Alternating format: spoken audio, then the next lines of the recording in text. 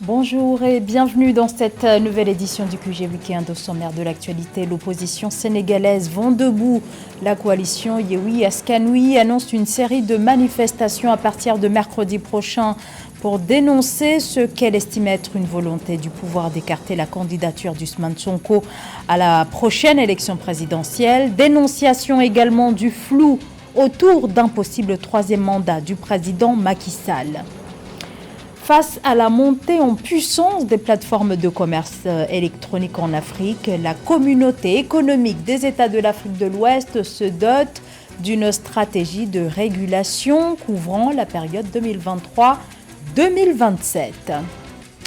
Puis notre page des sports avec José Douglas, journaliste sportif, avec qui nous ferons le point sur la troisième journée de la phase éliminatoire de la Coupe d'Afrique des Nations de football 2023.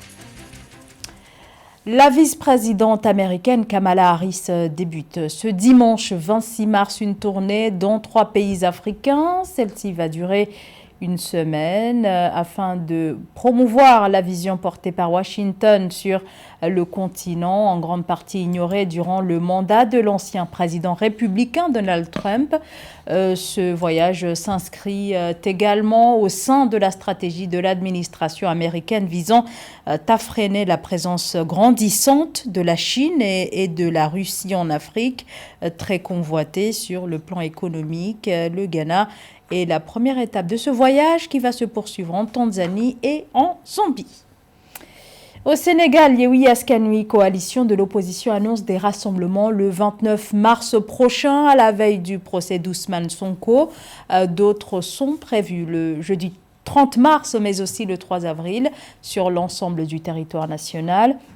Ousmane Sonko, candidat déclaré au scrutin présidentiel de 2024 et fervent opposant au président sortant Macky Sall, est inculpé pour viol et placé sous contrôle judiciaire. La défense dénonce depuis le début de cette affaire en 2021 une machination orchestrée par l'actuel chef de l'État Macky Sall. Sur les manifestations annoncées, je vous propose d'écouter Déthié Fall, membre de Yewwi Askan-Wi. Il faut que Macky Sall sache que le 29 mars, on va faire une manifestation qui commencera au rond-point Université jusqu'au rond-point Médina. Nous appelons tous les Sénégalais, où qu'ils soient, à se joindre à nous dans cette manifestation. Abbas Fall a introduit la demande d'autorisation. Pour la date du 30 mars aussi, Yewwi Askan-Wi a commencé à travailler avec ses bases dans les 46 départements pour que partout il y ait des manifestations le 30 mars. Les coordinateurs du département ont eux aussi commencé à déposer leurs demandes. Le 3 avril, Yewwi Askan-Wi va organiser des marches sur l'étendue du territoire. Tout ça pour dire au président Macky Sall que quelle que soit sa détermination pour bafouer notre démocratie, il nous trouvera en face pour défendre notre démocratie.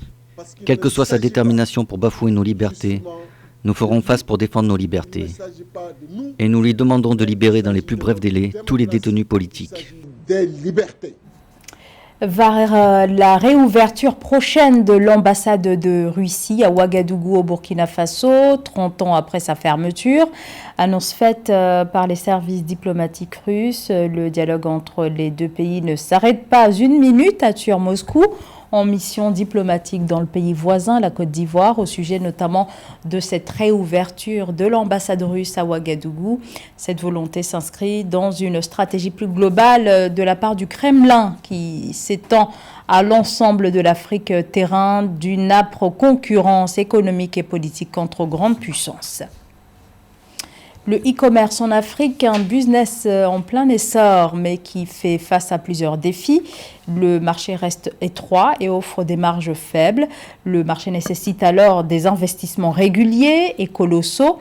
Le défi reste également celui de la régulation du secteur. La communauté économique des États de l'Afrique de l'Ouest vient d'adopter en ce sens une stratégie pour la période 2023-2027. Les précisions de Mildred Diamou. Le renforcement institutionnel, la sécurisation de la confiance tout au long de la chaîne d'approvisionnement, la fourniture de renseignements et l'inclusion des groupes marginalisés et vulnérables.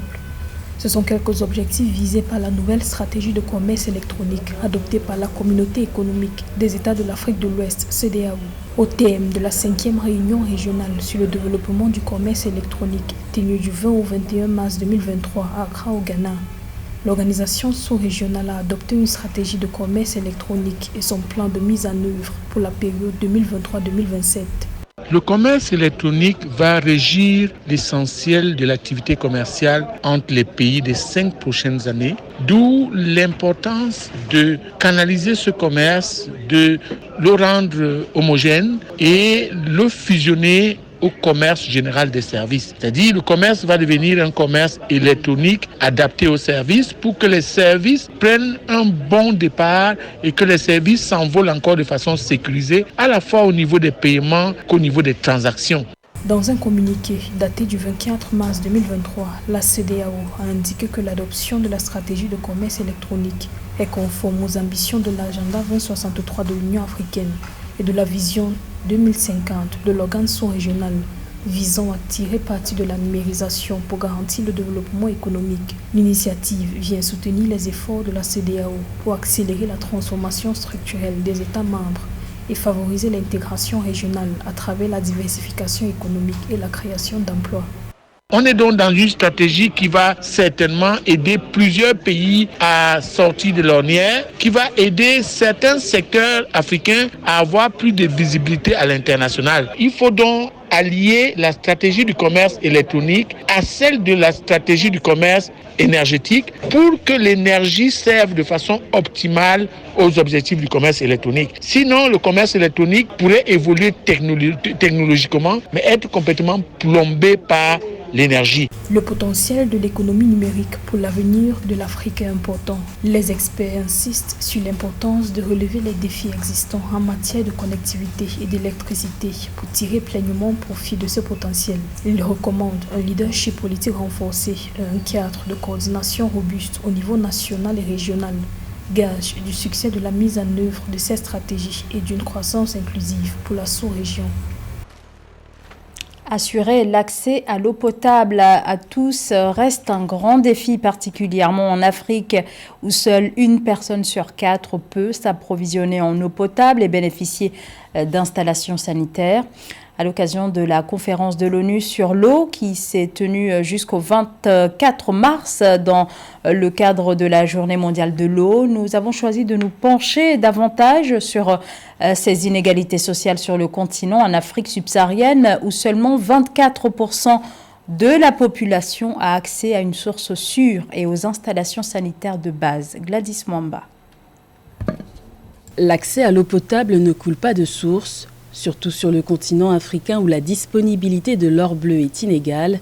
Le manque d'eau touche un Africain sur 3. Au sud du Sahara, 400 millions de personnes n'ont pas accès à l'eau potable de base et 500 enfants succombent chaque jour à cause de cette pénurie. La production d'eau potable est l'un des enjeux majeurs du XXIe siècle. L'importance stratégique de l'eau, source primaire et secondaire de développement économique sur un continent et sa place en première ligne de l'intérêt national, nécessite que l'eau puisse être un véritable outil de croissance économique et de stabilité. Le continent africain dispose d'importantes ressources en eau, souterraines ou en surface, mais il manque d'infrastructures d'assainissement. Les progrès constatés ces dernières années en Afrique ont vite été éclipsés par la forte croissance démographique. Force est de constater que la rareté de l'eau potable est un enjeu sanitaire, car 80% des maladies sont d'origine hydrique, mais aussi sécuritaire. La réduction de la disponibilité de l'eau a conduit à la manipulation de l'eau pour atteindre des intérêts multidimensionnels, conduisant parfois à des conflits à différents niveaux, surtout au niveau communautaire. C'est cette reconnaissance de la rareté de l'eau et de la concurrence comme un problème de sécurité qui a abouti à la création de la conférence ministérielle africaine sur l'eau en 2002. Le stress hydrique et le dérèglement climatique rappellent aux pays africains l'urgence d'une coopération transfrontalière pour pallier aux difficultés d'accès à l'eau potable, car la facture est salée pour le continent. Chaque année, l'Afrique subsaharienne perd environ 5% de son produit intérieur brut en raison du manque d'eau. On accueille maintenant José Douglas, journaliste au service des sports d'Africa 24, avec qui Nous allons faire un point complet sur la phase éliminatoire de la Coupe d'Afrique des Nations de football 2023. Bonjour José. Bonjour Zara. Merci à vous de nous rejoindre. Alors on commence par le troisième tour des éliminatoires de la CAN 2023. Exactement, et Zara, nous avons sélectionné quelques matchs. Nous commençons par Bénin contre le Rwanda, un but partout. Le Rwanda regardé en bleu grâce à Moujissa. Pour l'ouverture du score, dès la 13e minute, et l'égalisation survient grâce à Mounier.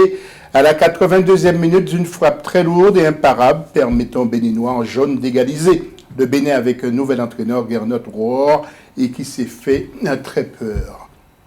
Deuxième match sélectionné, c'est Cameroun contre Namibie. Un but partout, présentation habituelle des équipes. Et la Namibie, en blanc, surprend les Lions grâce à Chouloudé. Et dès la 28e minute de jeu, après une erreur défensive, mais un lion ne meurt jamais. Et à la 72e minute, Kemen, d'une tête puissante, mettait les pendules à l'heure d'été pour l'égalisation. Alors, qu'en est-il du classement? Alors, tout à l'heure, nous parlerons du classement. Zara, je sais que vous attendez. Alors, troisième match, c'est Gabon-Soudan. 1-0, l'équipe du Gabon, avec sa couleur habituelle, le jaune, bien dirigé par Patrice Neveu, est vraiment dans une bonne dynamique. Et c'est Paloun, à la 71e minute, qui donnait la victoire aux Panthères. Le quatrième match sélectionné, Zara, c'est RDC-Mauritanie. La RDC, avec sa superbe couleur bleue, et à domicile, n'a pas eu de pitié pour les Mourabitoun. Kakuta puis Bakambu sonnaient à la charge. Et malgré la réduction du score pour la Mauritanie, d'Abéid, à la 55e, les Congolais n'étaient pas satisfaits. Ils se sont mis à l'abri grâce à Mouzouaka à la 68e minute de jeu. 67e. Nous enchaînons le 5e et avant-dernier match. Le Mali qui est en blanc, qui bat la Gambie 2-0. Malgré quelques soucis, les Aigles ont assuré l'essentiel en battant la Gambie, je vous le disais. Et dès la 3e minute, Doumbia montrait le chemin défilé. Et ensuite, Traoré, sous pénalty à la fin du match et dans les arrêts de jeu, mettait à l'abri et ses partenaires en attendant le match retour. Et dernier match, Zara, 6e, c'est Burkina Faso-Togo, 1-0. Le Burkina Faso, toujours en blanc, a fait le plus important en battant le Togo 1-0 grâce à Tapsoba. Mais il fallait attendre la 87e minute seulement avec ces jeunes étalons, entraînés par le Français Hubert Vélude, qui veut justement les emmener en Côte d'Ivoire pour la phase finale. Alors, je crois que maintenant, c'est la bonne. On en veut en classement, José. Oui, le tableau avec tout d'abord le groupe A, regardez, et la surprise, le Nigeria qui perd face à la Guinée-Bissau, 1-0, et 2 buts partout entre Sierra Leone et Sao Tomé et Principe. Alors, au classement, Guinée-Bissau, ils sont en tête avec 7 points devant le Nigeria. Prochaine journée, ce dimanche 25, attention, il y aura Sao Tomé contre Sierra Leone. Et l'autre match, ce sera lundi 27. En groupe B, Cap-Vert, Eswatini 0-0 et Burkina Faso-Togo 1-0. Au classement, le Burkina Faso est seul en tête avec 9 points. Pour le groupe C maintenant, le Cameroun a fait match nul avec Namibie, 1 but partout. Le Cameroun, 4 points, toujours talonné par Namibie, vous le savez. Il y a une équipe, le Kenya, qui est exclue de la compétition. En groupe D maintenant, Guinée-Éthiopie 2-0, Égypte-Malawi 2-0. Égypte et Guinée sont co-leaders avec 4 points. Ce lundi 27, Éthiopie-Guinée et mardi 28, Malawi contre l'Égypte. Alors, il y a aussi le classement pour les groupes E, F, G et H. Pour le E, alors, au classement, Ghana est en tête avec 7 points. Et ce lundi 27, il y aura République centrafricaine contre Madagascar. Les Centrafricains qui ont créé la belle surprise, donc en battant Madagascar 3-0. En groupe F, Zara, Algérie, Niger 1-0 et Tanzanie qui bat Ouganda également. Algérie est seule en tête. En groupe G, Congo-Soudan, Congo qui perd devant le Soudan et Mali qui bat Gambie 2-0. Vous avez vu les images. Au classement, Mali est seul en tête. En groupe H maintenant, c'est la Côte d'Ivoire qui est à la première place. Les Comores sont 3e. Je sais que Zara suit de près les Comores. Équipe africaine qui sont les Comores. Et Zara saluons le grand retour de Sébastien Allaire du côté de la Côte d'Ivoire. Alors, il y a aussi les autres groupes qui sont également dans la compétition. Oui, il y a le groupe I avec le Gabon qui est seul en tête avec 7 points. Vous le voyez sur le tableau. Il y a aussi le groupe J et la Tunisie est seule en tête. Le groupe K également, avec le Maroc qui est déjà quasiment qualifié. C'est la première nation qualifiée pour la Côte d'Ivoire. Et puis le Libéria et l'Afrique du Sud sont ex-aequo. Et pour terminer, en groupe L, le Sénégal a bien pris le large avec 9 points. Prochaine journée, ce lundi 27, Rwanda-Bénin et mardi 28, Mozambique contre le Sénégal. Parfait, parfait. Alors maintenant, quelques avis ou disons pronostics sur les qualifications de certaines équipes. Oui, alors tout d'abord, nous allons partir au Burkina Faso, où nous avons rencontré Sidi Napon, qui nous dit justement quel est le potentiel de cette équipe du Burkina Faso. Actuellement, le potentiel du Burkina prouve qu'avec nos jeunes qui sont là, il faut savoir aussi, José, qu'on a un moyen d'âge de 22 ans. C'est des jeunes qui ont aujourd'hui un peu d'expérience avec eux, qui ont allé jusqu'à la demi-finale d'une CAN. Aujourd'hui, dans les années à venir, on pense qu'avec cette équipe et avec l'organisation qui se doit autour de ces jeunes, on doit réellement, franchement, atteindre la finale et puis essayer de prendre cette coupe comme a fait le Sénégal. Le Cameroun Alain Fabian, notre consultant, il nous dit est-ce que Maxime Choupo-Moting et Karl Toko Ekambi sont devenus des hommes indispensables pour les Lions indomptables? Un peu plus maintenant pour Eric Maxime Choupo-Moting que Karl Toko Ekambi, parce que Karl Toko Ekambi a connu quand même une image exécrable entre ce qu'il a connu au niveau de Lyon, parce qu'il trouve encore ses repères au niveau de Rennes.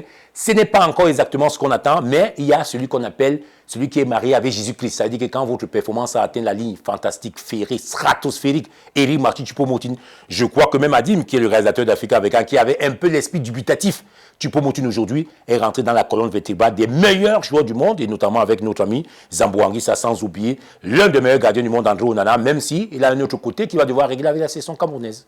Et quelles sont les valeurs sûres de cette équipe du Mali? Écoutez, Souley Traoré. Les valeurs sûres de cette équipe du Mali aujourd'hui, c'est l'ossature qui est en place depuis l'ancien sélectionneur qui a mis en place. Et sur cette continuité, le nouveau sélectionneur a aussi travaillé sur cette continuité. Et par exemple, des joueurs comme... Et depuis l'arrivée d'Eric Schell, il y a une ossature qui est en place qui n'est pas bougée. Par exemple, il paie 20 joueurs quand même. Les 20 joueurs-là, ils sont toujours là. Peut-être s'il va appeler 2 ou 3, 4 joueurs. Mais sinon, les 20 ossatures, ils sont là. C'est ça la force de cette équipe et la solidarité et la confiance du coach. Il y a bien sûr le Gabon et Patrice Neveu, le sélectionneur, veut qualifier justement les Gabonais et se souvient aussi du passé. Bon, la politique globale depuis mon arrivée au Gabon, je suis arrivé en 2019, l'objectif c'était déjà de redonner un amour un peu perdu, je dirais, au peuple gabonais des Panthères, après la non-participation à l'avant-dernière CAN. Bon, je pense que ça c'est quelque chose qui a été fait par le comportement de mes joueurs, du collectif, de par aussi le comportement des joueurs à la dernière CAN. Je pense que on était dans une boule qui n'était pas facile avec le Maroc, le Ghana et les Comores. On est sorti de la poule. On sait dans quelles conditions on s'est fait éliminer contre le Burkina Faso. On en vient au débat sur la double nationalité, José, double nationalité de certains joueurs de football. Exactement, Zara, l'actualité du moment en Afrique du Nord. En particulier, eh bien, c'est la question des binationaux. Beaucoup de jeunes Marocains et des Algériens préfèrent aller vers leur pays de cœur. Et Saïd Hafizi nous dit ce qu'il pense de ce phénomène. On avait rencontré ce phénomène-là aussi à l'époque de l'équipe nationale d'Algérie à la Coupe du Monde au Brésil. Donc ça, déjà, ça donne un sentiment de fierté, ça donne un sentiment d'identification de ces jeunes binationaux-là à leur sélection africaine. Et au-delà de ça, il y a aussi les échecs répétitifs, notamment des Franco-Algériens en équipe de France, où il y a souvent des problèmes, ça se passe pas très bien, ils sont un peu stigmatisés, à tort ou à raison d'ailleurs, parce qu'ils ont aussi une part de responsabilité là-dessus. Et les échecs systématiquement de ces joueurs-là en équipe de France poussent aujourd'hui un certain nombre de jeunes à la réflexion. Donc c'est un phénomène, je pense, qui va continuer et se poursuivre dans le temps. Voilà, et puis samedi soir à Tanger, devant 65 000 personnes, un match amical, le Maroc a battu le Brésil 2-0, but des Marocains de Sofiane Boufal et Abdelhamid Sabiri et Casemiro pour le Brésil pour ce match de gala. Et puis Zara, pensez à mettre votre montre à l'heure. Merci José, merci du rappel José, et merci pour ce point complet, comme d'habitude, sur l'actualité sportive. Et c'est la fin de ce journal. Merci de nous avoir suivis. Dans un instant, une nouvelle édition de l'actualité sur Africa 24.